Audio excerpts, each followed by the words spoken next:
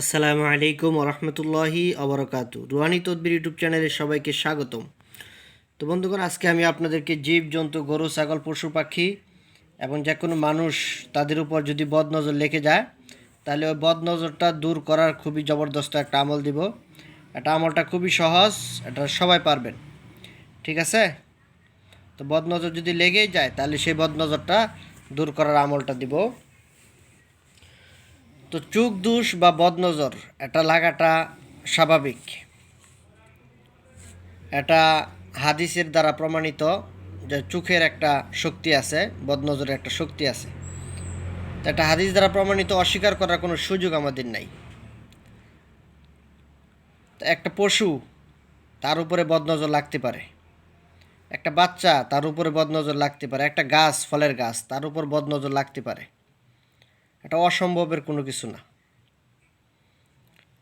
তো বদনজরটা কিভাবে লাগে আমি আপনাদেরকে বলে দিতেছি।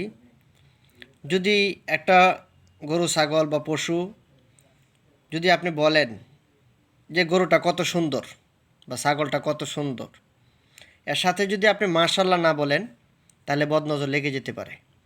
আপনি যদি বলেন মাশাল্লাহ ছাগলটা খুব সুন্দর, মাশাল্লাহ গরুটা খুব সুন্দর, তাহলে আপনার বদনজর লাগবে না, এটা আল্লাহ তাআলা হেফাজত করবেন।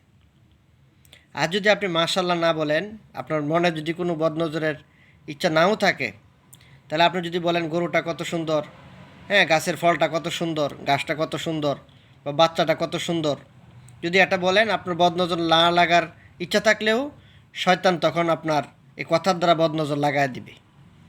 ঠিক আছে? এই জন্য যে কোনো আপনি কারো প্রশংসা করবেন, তখন আপনি সাথে মাশাল্লাহ বলবেন, তাহলে কোনো সমস্যা নেই। আর যদি মাশাল্লাহ না বলেন তাহলে আপনার বদনজর লেগে যেতে পারে। সেটা পশু হোক, মানুষ হোক বা গাছগাছরা হোক, যে কোনো জিনিসের উপর বদনজর লেগে যেতে পারে। তো বদনজর যদি লেগেই যায় তাহলে বদনজরটা কীভাবে দূর করবেন আমি বলে দিতেছি আপনাদেরকে। দেখেন, যদি পশু পাখি বা কোনো কিছুর উপর বদনজর লাগে তাহলে প্রথমে 3বার দুরূদ শরীফ পড়বেন, দুরূদ ইব্রাহিম পড়বেন। তারপরে সূরা ইখলাস, কুল হুয়াল্লাহ সূরা 3বার পড়বেন। তারপরে সূরা ফালাক পড়বেন 3বার, মানে কোরআনের সর্বশেষ যে সূরাগুলো, 3টা সূরাই 3টা। সূরা ফালাক 3বার, সূরা নাস 3বার, বিসমিল্লাহ সহ পড়বেন। পইরা কিছু ঘাস এবং লবণ এবং কিছুর পশুর অন্য অন্য খাদ্য, যেগুলি আপনারা সবসময় রেগুলার, হ্যাঁ, গরু ছাগলকে খাওয়ান, এগুলোর উপর আপনারা দম করবেন, মানে ফু দিবেন।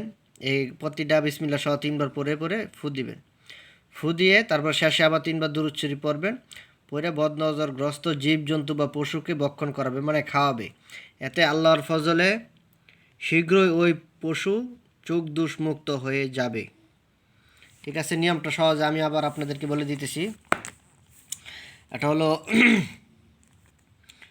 প্রথমে আপনারা 3বার দুরূদ শরীফ পড়বেন। তারপরে পশুর যে খাবারগুলি আছে, ভুসি হোক, ঘাস হোক, খেরকুটা হোক বা লবণ হোক, এগুলির উপর আপনারা প্রথমে 3বার সূরা ইখলাস, কুল হুয়াল্লাহ সূরা 3বার পড়বেন। তারপরে সূরা ফালাক পড়বেন 3বার, সূরা নাস পড়বেন 3বার, বিসমিল্লাহ সহ পড়বেন। পইরা ওইগুলোর উপর 3টা ফু দিবেন। তারপর শেষে আবার দুরূদ শরীফ পড়বেন।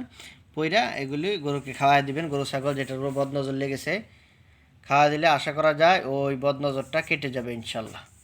তো বন্ধুগণ, আমার জন্য দোয়া করবেন, আমার চ্যানেলটা সাবস্ক্রাইব করে রাখবেন।